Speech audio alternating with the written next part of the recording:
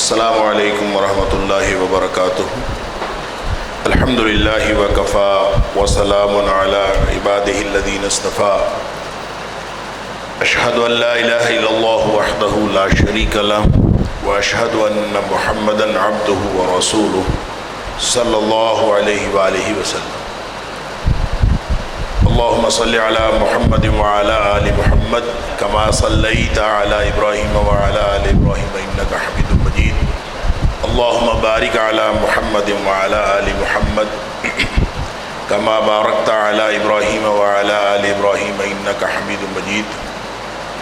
اما بعد فاعوذ باللہ السمیع العلیم من الشیطان الرجیم من حمزہ ونفخہ ونفثہ۔ بسم اللہ الرحمن الرحیم۔ فَهَلْ يَنْظُرُونَ إِلَّا السَّاعَةَ أَن تَأْتِيَهُمْ بَغْتَةً فَقَدْ جَاءَ أَشْرَاطُهَا وَأَنَّى لَهُمْ إِذَا جَاءَتْهُمْ ذِكْرَاهُمْ۔ کیا لوگ صرف اس بات کا انتظار کر رہے ہیں کہ ان کے اوپر قیامت اچانک آ جائے، جبکہ حقیقت بات یہ ہے کہ اس کی نشانیاں آ چکی ہیں، اور جب قیامت آ گئی تو اس وقت نصیحت پر پکڑنے کا کیا فائدہ ہوگا؟ صدق اللہ العظیم۔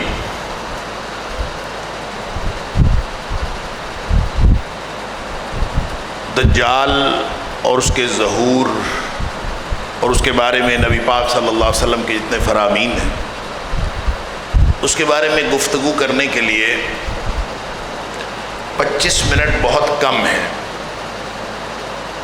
لہذا میں ابتدا میں ہی آپ سے عرض کر دیتا ہوں، میں چند باتیں تو آپ کے سامنے کروں گا، لیکن میں ابتدا میں ہی عرض کر دیتا ہوں کہ جو اس کی تفصیل کا شوق رکھتا ہو اس کے لیے ایک تو میرے 2 لیکچرز جو ہیں یوٹیوب پہ پڑے ہوئے ہیں، ایک تقریباً 1 گھنٹے کا ہے اور ایک تقریباً 1.25 گھنٹے کا ہے، اس میں کچھ نہ کچھ گزارشات میں نے پیش کی تھیں، وہ سنے جا سکتے ہیں۔ اور دوسرا ایک کتاب میں آپ کو سجیسٹ کروں گا، دارالسلام نے شائع کی ہے کتاب، بڑی معروف کتاب ہے، جب دنیا ریزہ ریزہ ہو جائے گی، اینڈ آف ٹائمز کے حوالے سے، اس میں ساری قیامت کی نشانیاں ہیں، اور وہ کتاب جو ہے اس کا مطالعہ ضرور کریں، کیونکہ وہ اصل میں تو کتاب کا نام عربی میں اصل کتاب ہے نہایت العالم، اس کا اردو ترجمہ ہے جب دنیا ریزہ ریزہ ہو جائے گی، تو آپ سب اس کا مطالعہ ضرور کریں تاکہ آپ کو ایک ساری نشانیوں کے بارے میں اور پھر خاص طور پر دجال کے بارے میں وہ چیزیں معلوم ہو جائیں جو ہر مسلمان کو معلوم ہونی چاہیے۔ دیکھیں، جہاں تک دجال کے بارے میں نبی پاک صلی اللہ علیہ وسلم کے فرامین کا تعلق ہے، اس کے حوالے سے بھی وہی بات جو ڈاکٹر خلیل الرحمان جاوید صاحب فرما رہے تھے کہ چونکہ اس کا تذکرہ قرآن میں نہیں ہے اور لوگ حدیث میں تذکرہ ہونے کی وجہ سے مختلف قسم کے شکوک و شبہات کا اظہار کرتے ہیں، تو گزارش یہ ہے کہ قرآن میں ڈائریکٹ ذکر تو نہیں ہے، لیکن انڈائریکٹلی نبی پاک صلی اللہ علیہ وآلہ وسلم کے فرمان کو اگر قرآن کے ساتھ جوڑ کے دیکھیں تو تذکرہ موجود ہے۔ خاص طور پہ جو سورہ انعام کی آیت نمبر 158 ہے، اس میں اللہ کریم نے فرمایا ہے کہ اس دن کو یاد کرو، یوم یاتی بعد آیات ربک، جس دن تیرے رب کی بعض نشانیاں ظاہر ہوں گی، اور جب اس دن نشانیاں ظاہر ہوں گی تو لا ينفع نفسا ایمانها لم تکن آمنت من قبل، تو جو کوئی شخص اس سے پہلے ایمان نہیں لایا ہوگا، اس دن نشانی آ جانے کے بعد اس کو اس کا ایمان کوئی فائدہ نہیں دے گا، اگر اس کو پہلے سے اس نے اپنے ایمان کے ذریعے سے نیکیاں نہیں کمائیں، او کسبت من ایمانہا خیرا، اگر اس نے اپنے ایمان سے پہلے فائدہ نہیں اٹھایا تو اس دن اس کو کوئی فائدہ نہیں ہوگا۔ تو یہی بات نبی کریم صلی اللہ علیہ وآلہ وسلم نے، مسلم شریف کی حدیث ہے اور ترمذی شریف کی حدیث ہے، نبی پاک صلی اللہ علیہ وسلم نے 3 نشانیوں کے بارے میں فرمائی، اس میں ایک نشانی تو سورج کا مغرب سے طلوع ہونا ہے، ایک نشانی دابہ کا ظہور ہے اور ایک نشانی دجال کا ظہور ہے، کہ جب یہ نشانیاں یا ان میں سے کوئی نشانی آ جائے گی تو جو شخص پہلے سے ایمان نہیں لایا اس دن اس کو فائدہ نہیں ہوگا۔ تو گویا نبی پاک صلی اللہ علیہ وسلم کے جو فرامین ہیں، آپ کا جو فرمان ہے دجال کے بارے میں، اور بالکل یہی الفاظ ہیں نبی پاک صلی اللہ علیہ وسلم فرمایا لا ينفع نفسا، کسی شخص کو اس کا لا ينفع نفسا ایمانھا، کسی شخص کو اس کا ایمان فائدہ نہیں دے گا لم تکن آمنت من قبل، جو اس سے پہلے جو ہے وہ ایمان نہیں لایا ہوگا۔ تو اس کا مطلب یہ ہے کہ نبی پاک صلی اللہ علیہ وسلم نے جو اس کی تفصیلات بیان فرمائی ہیں وہ اپنی جگہ، لیکن قرآن میں بھی اس کا اشارہ ملتا ہے کہ یہ نشانیاں ظاہر ہوں گی۔ اب دجال کا جو لفظی معنی ہے دجل و فریب دینے والا، اور دجال فعال کے وزن پہ ہے، جس کا مطلب ہوتا ہے بہت بڑا دھوکے باز اور بہت بڑا دجل و فریب دینے والا۔ تو وہ ہوگا تو ایک شخص، جب نبی پاک صلی اللہ علیہ وسلم نے فرمایا وہ ایک شخص ہوگا تو وہ ایک شخص ہوگا۔ کسی نے کیمرے کو کہا کہ یہ دجال ہے، اس کی ایک آنکھ ہے اور ایک آنکھ کی وجہ سے، کسی نے اور چیزوں کو بھی کہا، کہتے رہیں، لیکن جو دجال خود ہوگا وہ ایک شخص ہوگا۔ اس کی نبی پاک صلی اللہ علیہ وسلم کی احادیث میں دو ایسے واقعات ہیں جو اس کی طرف بڑی واضح رہنمائی کرتے ہیں۔ ایک تو ابن سیاد کا واقعہ ہے۔ ابن سیاد ایک شخص تھا نبی پاک صلی اللہ علیہ وسلم کی حیات طیبہ میں، اور وہ جوان تھا، اس وقت بعد میں بھی رہا۔ تو وہ ایک ایسا شخص تھا جس کے پاس یا تو مخبوط الحواس تھا، یا اس کے پاس بہرحال کوئی ما فوق الفطرت چیزیں تھیں، کوئی ایسی، یا جنات کے ساتھ اس کا تعلق تھا۔ وہ بعض خبریں جو ہیں اس کو ایسی مل جاتی تھیں جو عام لوگوں کو خبریں نہیں ہوتی۔ تو اس کی شکل بھی عجیب و غریب تھی، تو لوگوں نے اس کے بارے میں شک کا اظہار کرنا شروع کر دیا کہ یہ دجال ہے، اس لیے کہ نبی پاک صلی اللہ علیہ وسلم نے اتنی اویئرنیس دی تھی، اتنا ڈرایا تھا کہ نبی پاک صلی اللہ علیہ وسلم نے فرمایا کوئی نبی ایسا نہیں آیا جس نے اپنی امت کو دجال کے فتنے سے نہ ڈرایا۔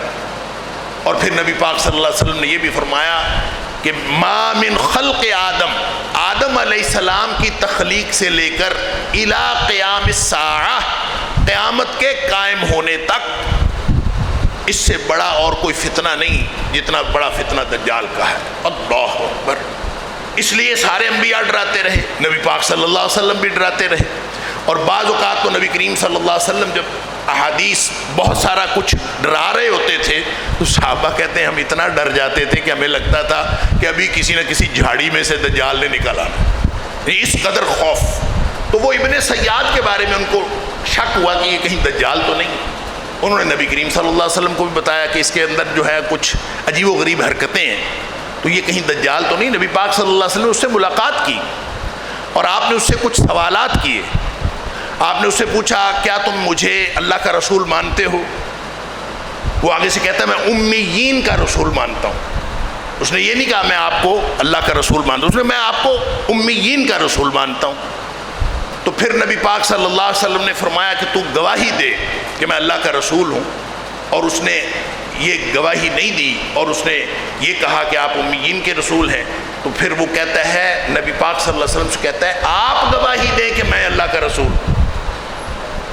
اور اس حدیث کو اس حدیث کے ساتھ ملا لیجئے، اس واقعے کو جس میں نبی پاک صلی اللہ علیہ وسلم نے فرمایا بڑے دجال سے پہلے 30 چھوٹے دجال آئیں گے، دجالون کذابون قریبا من 30، کہ اس امت کے اندر 30 کے قریب ایسے لوگ آئیں گے جو کذاب بھی ہوں گے، بڑے جھوٹے دجال بھی ہوں گے، بہت دھوکے باز، اور ہر شخص کلہم یزعم انہ رسول اللہ، ان میں سے ہر ایک یہ گمان کرے گا کہ میں اللہ کا رسول ہوں۔ تو ابن سیاد نے نبی پاک صلی اللہ علیہ وسلم کے سامنے یہ بات کہہ دی۔ اس کے بعد نبی پاک صلی اللہ علیہ وسلم نے اس کو ایک سوال کیا۔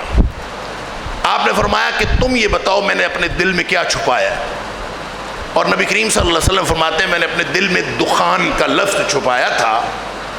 دخان کا مطلب ہے دھواں۔ تو نبی کریم صلی اللہ علیہ وسلم نے فرمایا کہ بتاؤ، تو وہ آگے سے تھوڑا سا کر کے نا تو وہ کہتا ہے دخ دخ، اس سے آگے نہیں بڑھا، اور نبی کریم صلی اللہ علیہ وسلم نے فرمایا تو اس سے آگے بڑھ بھی نہیں سکتا۔ بہرحال یہ دو مختلف حدیث میں یہ واقعہ ہے۔ پھر نبی پاک صلی اللہ علیہ وسلم نے ایک دفعہ یہ کہیں وہ باغ کے اندر کہیں اس کی رہائش تھی، وہ چھپی ہوئی جگہ تھی، وہاں یہ عجیب و غریب حرکتیں کرتا تھا۔ تو نبی کریم صلی اللہ علیہ وسلم ایک دفعہ چھپ کے گئے، اور آپ چھپ کے اس کی باتیں سنتے رہے باغ کے اندر، اور تھوڑی دیر گزری تھی کہ اس کی ماں نے دیکھ لیا۔ جب اس کی ماں نے دیکھا تو اس نے کہا اللہ کے رسول صلی اللہ علیہ وسلم آئے ہیں۔ تو یہ بھی ابن سیاد بھی فوراً چونکا اور اٹھ کے بیٹھ گیا۔ اس دن نبی پاک صلی اللہ علیہ وسلم نے فرمایا کہ آج اگر اس کی ماں نہ بولتی نا تو اس کی حقیقت واضح ہو جانی تھی، یہ کون ہے اور کیا ہے۔ تو وہ ماں بولی تو اس کا مطلب یہ ہے کہ نبی کریم صلی اللہ علیہ وسلم نے اس کی حقیقت واضح نہیں فرمائی۔ ہاں البتہ بعد میں ابو موسیٰ اشعری رضی اللہ تعالیٰ عنہ کے ساتھ یہ شخص ایک دفعہ حج پہ جا رہا تھا، تو راستے میں اس نے گلہ کیا۔ اس سے سارے صحابہ ڈرا کرتے تھے۔ حضرت ابو موسیٰ اشعری رضی اللہ تعالیٰ عنہ فرماتے ہیں باقی لوگ اٹھ کے چلے گئے، میں اور وہ دونوں رہ گئے۔ مجھے ڈر لگا کہ میں ابن سیاد کے ساتھ اب اکیلا ہوں، تو میں نے اس کو کہا کہ وہ جو درخت ہے نا اس کے نیچے سایہ، تم اپنا سامان اٹھاؤ اور وہاں چلے جاؤ۔ تو وہ خیر چلا گیا، لیکن اس نے نا سامان وہاں رکھ کے پھر آ گیا، آ کے میرے ساتھ باتیں کرنے لگا۔ کہتا ہے کہ یار یہ لوگ جو ہے نا میرے اوپر بڑی زیادتی کرتے ہیں، لوگ مجھے دجال سمجھتے ہیں۔ یہ ابن سیاد خود کا، لوگ مجھے دجال سمجھتے ہیں، حالانکہ میں دجال نہیں ہوں۔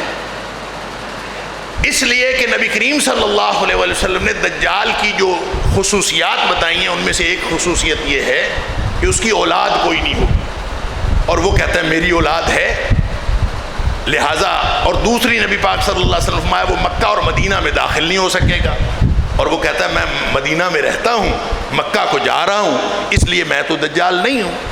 تو ان ساری باتوں سے لگتا یہ ہے کہ وہ دجال نہیں تھا، یا اگر تھا تو وہ چھوٹے دجالوں میں سے کوئی تھا، اس کا کوئی جنات کے ساتھ کوئی کنیکشن تھا، واٹ ایور، لیکن وہ بہرحال وہ جو دجال اکبر ہے وہ نہیں تھا۔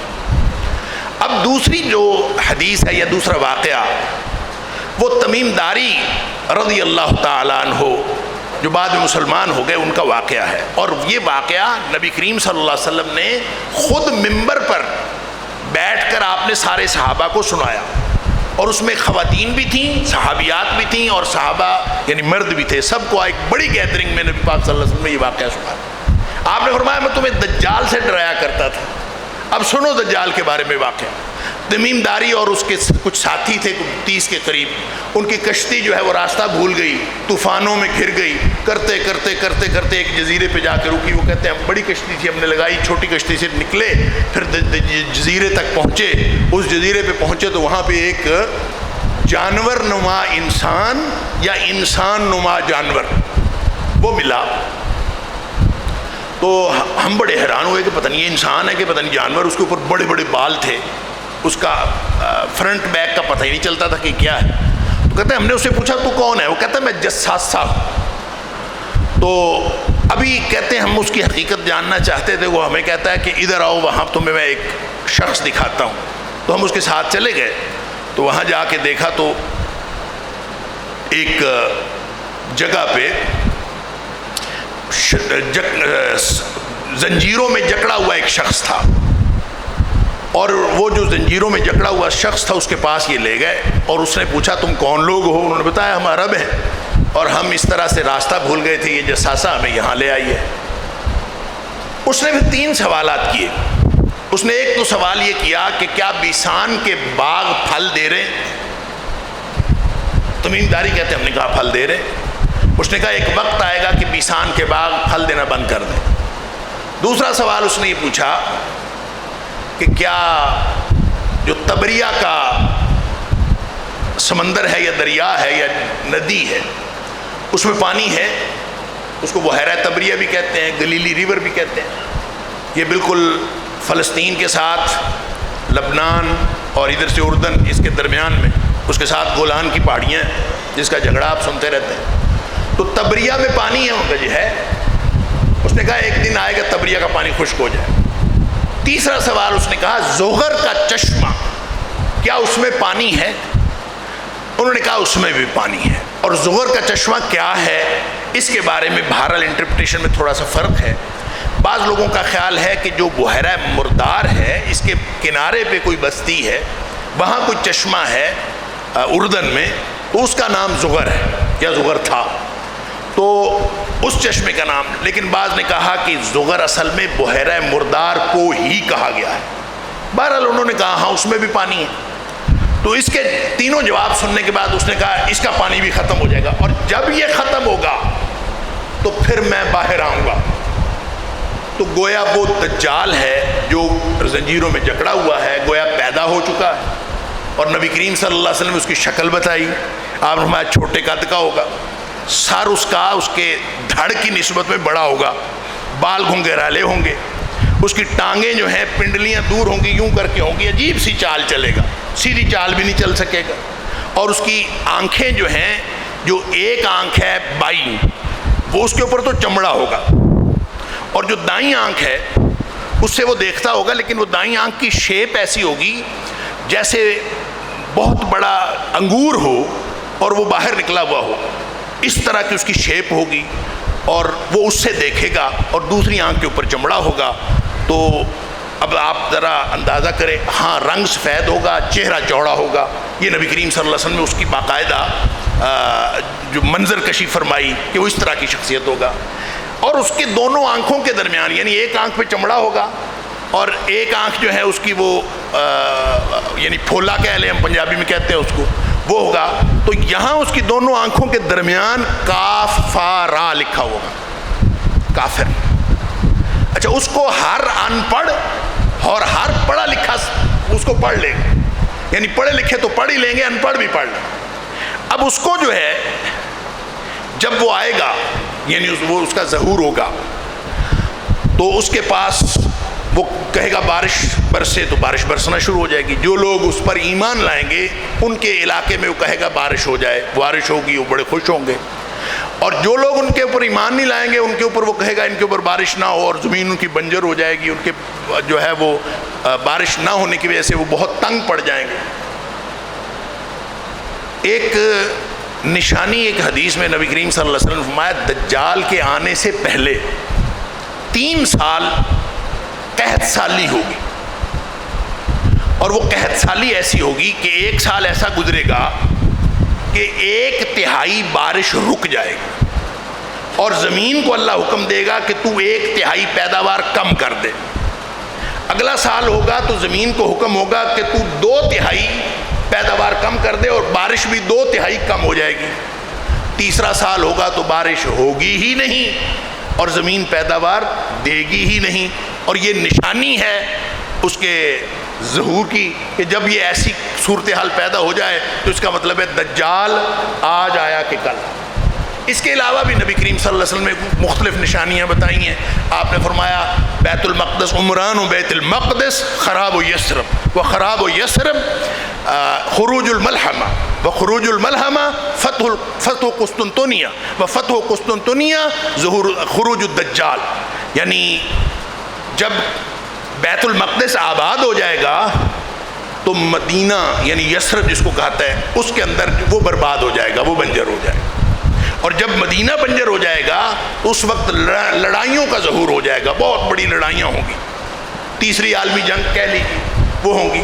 اور پھر جب تیسری عالمی جنگ ہوگی تو اس کے نتیجے میں قسطنطنیہ فتح ہوگا, اور جب قسطنطنیہ فتح ہوگا تو پھر دجال کا ظہور ہوگا.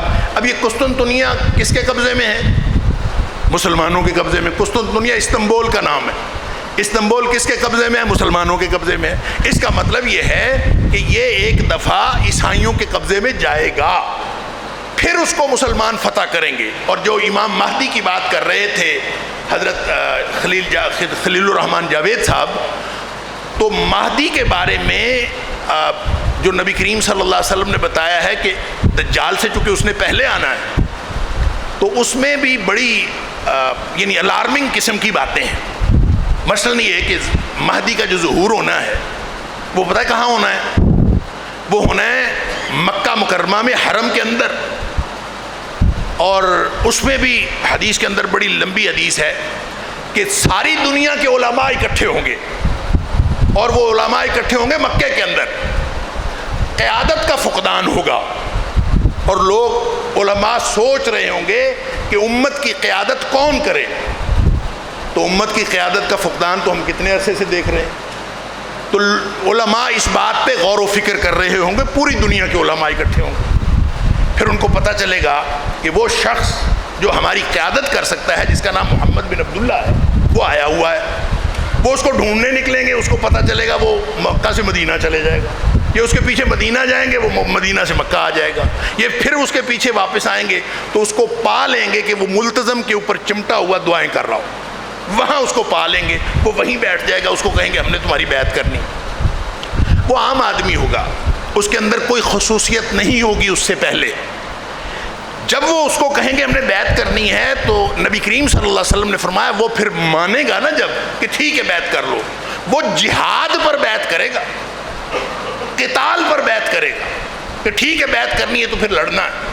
تو یہ کہیں گے ٹھیک ہے ہم لڑتے ہیں، ہم قتال پر بیعت کرتے ہیں. تو مقام ابراہیم اور حجر اسود، اس کے درمیان میں بیٹھ کے بیعت ہوگی مہدی کی. اور نبی کریم صلی اللہ علیہ وسلم نے فرمایا وہ بیعت پتہ جو ہی بیعت ہوگی، پہلے وہ عام آدمی ہوگا. یصلح اللہ فی لیلۃ، اللہ ایک ہی رات میں اس کے اندر صلاحیتیں پیدا کر دے گا. پہلے وہ اتنا باصلاحیت نہیں ہوگا، پھر اللہ اس کے اندر وہ صلاحیتیں پیدا کر دے گا جو پوری دنیا کے مسلمانوں کی قیادت کرنے کے لیے صلاحیتوں کی ضرورت ہے. ایک ہی رات میں اس کو اندر اللہ تعالیٰ صلاحیتیں پیدا کر دے.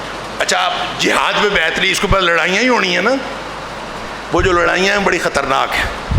ایک حدیث میں آتا ہے نبی کریم صلی اللہ علیہ وسلم فرمایا مسلمان 3 حصے ہو جائیں گے. ایک حصہ تو وہ ہے 1/3 وہ مسلمان ہیں جنہوں نے ماننا ہی کوئی نہیں، مہدی کو ماننا ہی نہیں، کیونکہ اس نے جہاد پہ بیعت لینی. ہم اپنے گھروں میں نرم گرم بستروں پہ رہنے والے، ہم کیسے جہاد کی بیعت لینے والے کے پیچھے چل پڑیں گے؟ ہم نے بہانے بنانے ہیں کہ یہ تو فلاں آدمی ہے فلاں آدمی ہے. بہرحال نبی کریم صلی اللہ علیہ وسلم فرمایا یہ جو 1/3 ہیں، ان کا ایمان کے ساتھ ان کے دلوں میں ایمان ایک ذرے کے برابر بھی نہیں ہو. یہ تو ویسے ہی گئے اللہ تعالیٰ. باقی رہ گئے 2 حصے. وہ جو 2 حصے ہیں ان میں سے آدھے وہ شہید ہو جائیں گے ان جنگوں کے اندر. وہ جنگوں میں پتہ نہیں کتنی ہونی ہیں، واللہ اعلم. پھر جو باقی رہ جائیں گے نا، تیسرا حصہ، نبی کریم صلی اللہ علیہ وسلم فرمایا وہ ایسے رہ جائیں گے کہ ان پر ان کے ایمان کو پھر کوئی آزمائش یا کوئی فتنہ جو ہے ڈگمگا نہیں سکے. اچھا، یہ جو رہ جائیں گے ان کے بارے میں ہے کہ قسطنطنیہ کی بات ہو رہی تھی. قسطنطنیہ وہ جائیں گے مہدی کی قیادت میں فتح کرنے کے لیے، کیونکہ وہ عیسائیوں کے قبضے میں جا چکا ہو.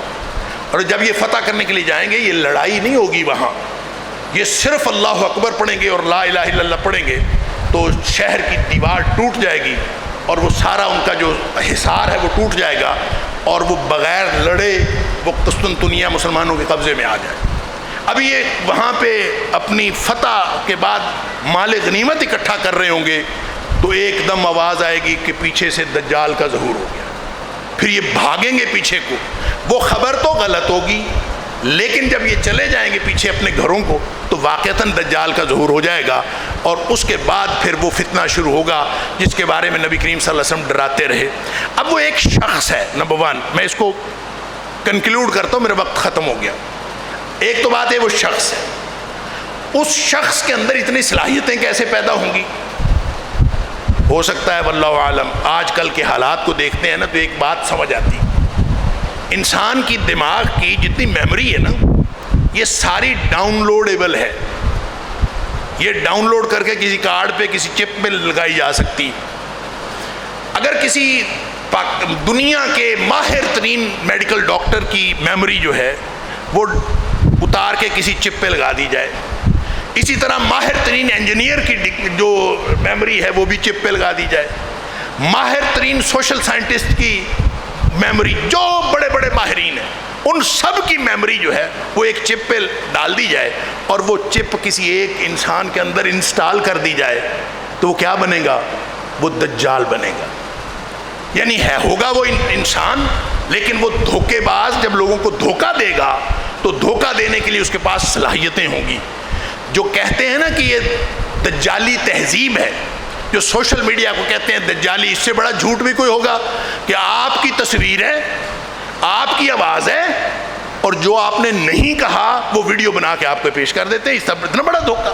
تو یہ جو پورا نظام بن رہا ہے یہ ایسے لگتا ہے دجالی تہذیب ہے. چھوٹی چھوٹی کرانے کی دکانیں ختم ہو رہی ہیں, بڑے بڑے سٹور شروع ہو رہے ہیں, اور بڑے بڑے سٹور جو ہے یہ چین ہے, ان کی بیکریوں کی بھی چین ہے, اور یہ کیش اینڈ کیری کی بھی چین ہے, یہ بڑے بڑے سٹور ہیں ان کی چین ہے. اور چین سے اگر ایک دن بیکری والے جو ہے وہ چین والے وہ اگر بریڈ روک لیں, انڈے روک لیں, تو ہمارا تو ناشتہ ہی نہیں ہونا. اللہ حاضل قیاس. آہستہ آہستہ کرتے کرتے یہ کب اس کے ہاتھ میں ایک ہی چابی سے وہ سارے وسائل روک لے گا, واللہ عالم. صحابی پوچھتے ہیں اللہ کے رسول صلی اللہ علیہ وسلم ہم کھائیں گے کیا؟ آپ نے فرمایا تمہیں لا الہ الا اللہ کہنا, اللہ اکبر کہنا, الحمدللہ کہنا, یہی کافی ہوگا. گویا اللہ کے ذکر سے پیٹ بھر جائے گا. میں آپ اللہ کا ذکر کریں, ہمارا تو پیٹ نہیں بھرتا. عادت ڈالیں اپنے آپ کو, رف ٹف کی عادت ڈالیں, شریعت کا علم حاصل کریں تاکہ وہ پہچانا جائے کہ یہ کافر ہے. نبی کریم صلی اللہ علیہ وسلم نے فرمایا جس نے من حافظہ, جس نے یاد کر لی نا 10 آیات من اول سورۃ الکہف, جس نے سورہ کہف کی پہلی 10 آیات حفظ کر لی, عصم من الدجال, وہ دجال کے فتنے سے محفوظ ہو گیا. 10 آیات. اسی طرح نبی پاک صلی اللہ علیہ وسلم فرمایا جو شخص اس کو پالے, من ادرکہ, جس کے سامنے دجال آ جائے, پہلا کام یہ کرنا ہے کہ 10 آیتیں جو حفظ کی ہوئی ہیں نا یہ پڑھ کر اس کے اوپر پھونک مارنی. یہ اس کے اندر یہ طاقت ہے. دوسری بات یہ کہ یہ 10 آیات میں کیا ہے. 10 آیات میں ایک بات ہے کہ جہاں یہ 10 آیات 9 اور 10 نمبر آیت جہاں ختم ہوتی ہے, اس کو پڑھیں, اس کو حفظ کریں, ان کی تفسیریں دیکھیں, ان کو سمجھنے کی کوشش کریں, اس کے اندر پیغام کیا ہے وہ پڑھیں. ام حسبت ان اصحاب الکہف والرقیم کانوا من آیاتنا عجبا اذ اوى الفتية الى الكهف فقالوا ربنا آتنا من لدنك رحمة وهيئ لنا من امرنا رشدا. کیا تو نے یہ گمان کر لیا ہے کہ کہف والے جو غار والے تھے اور جو رقیم والے ہیں, کیا وہ بس ہماری ایک عجیب نشانی تھے؟ تم نے یہ سمجھا؟ گویا نشانی نہیں تھے, صرف وہ ایک حکمت عملی ہے جو تمہیں سمجھائی جا رہی ہے, یہ صرف نشانی نہیں ہے. ام حسبتا, کیا تو نے گمان کیا ہے, ان اصحاب الکہف والرقیم کانوا من آیاتنا عجبا, یہ عجیب و غریب نشانی ہے بس کہ غار والے جو ہے چلے گئے اور 309 سال سوئے رہے, یہ صرف نشانی نہیں, یہ ایک حکمت عملی ہے. کیا حکمت عملی ہے؟ اذ اوى الفتية الى الكهف, جب وہ نوجوان اپنا ایمان بچانے کے لیے غار میں چلے گئے, اللہ سے دعائیں کی, اللہ تو ہمیں راستہ دکھا, تو ہمارے اوپر رحمت نازل فرما. گویا جو ایمان بچا کے غار میں چلا جائے گا وہ دجال کے فتنے سے محفوظ رہے گا.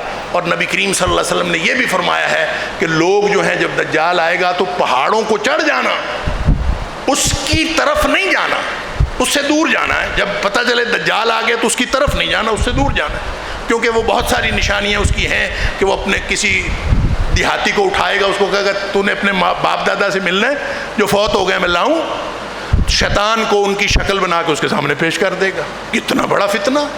کسی کو قتل کرے گا, درمیان میں آرا چلائے گا, یہاں سر پہ رکھ کے 2 ٹکڑے کرے گا, اس کے درمیان میں چلے گا, پھر یوں اس کو جوڑ دے گا, جوڑ کے اس کو کہے گا بتا اب تو مجھے مانتا ہے خدا کے نہیں, کہے گا مجھے زیادہ یقین ہو گیا ہے کہ تو کذاب دجال ہے.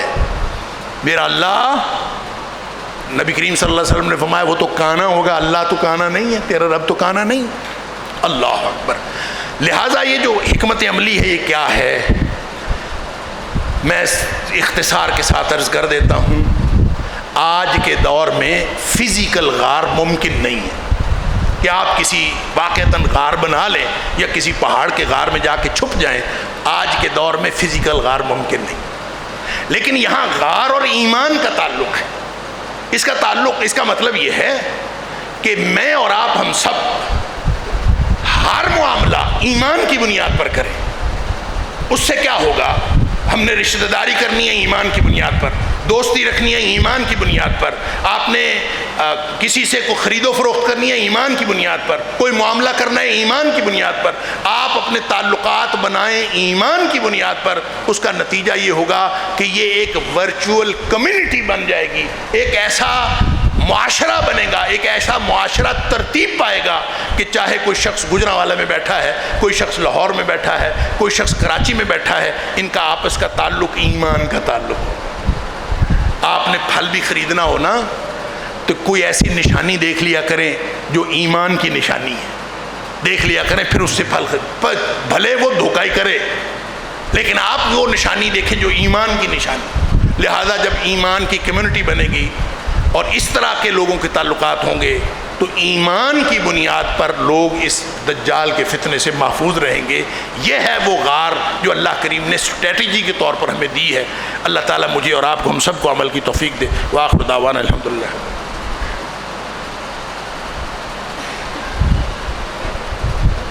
بہت شکریہ تمام معززین کا اور ہمارے اسپیکرز کا کہ جنہوں نے اپنے قیمتی وقت میں سے ہمیں ٹائم دیا اور یہاں ہمارے پاس تشریف لائے۔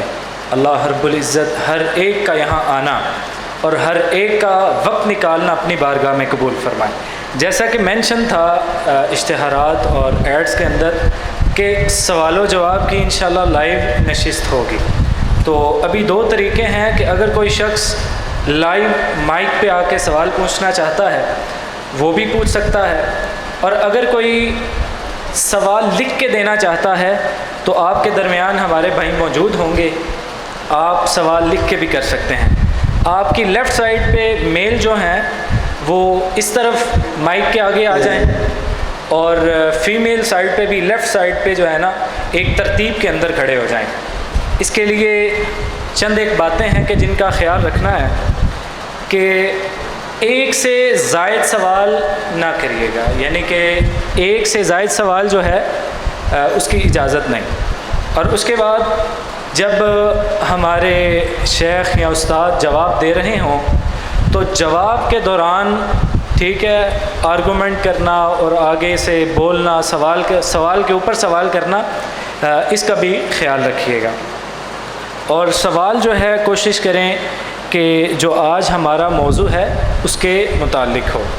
تو یہ جو بھائی سوال کرنا چاہتے ہیں آگے تشریف لے آئیں، یعنی کہ ایک لائن کی صورت کے اندر ہو جائیں، یا ہمارے بھائی جو ہیں وہاں تک مائک لے کے پہنچ جائیں گے۔ جی مردوں کی طرف سے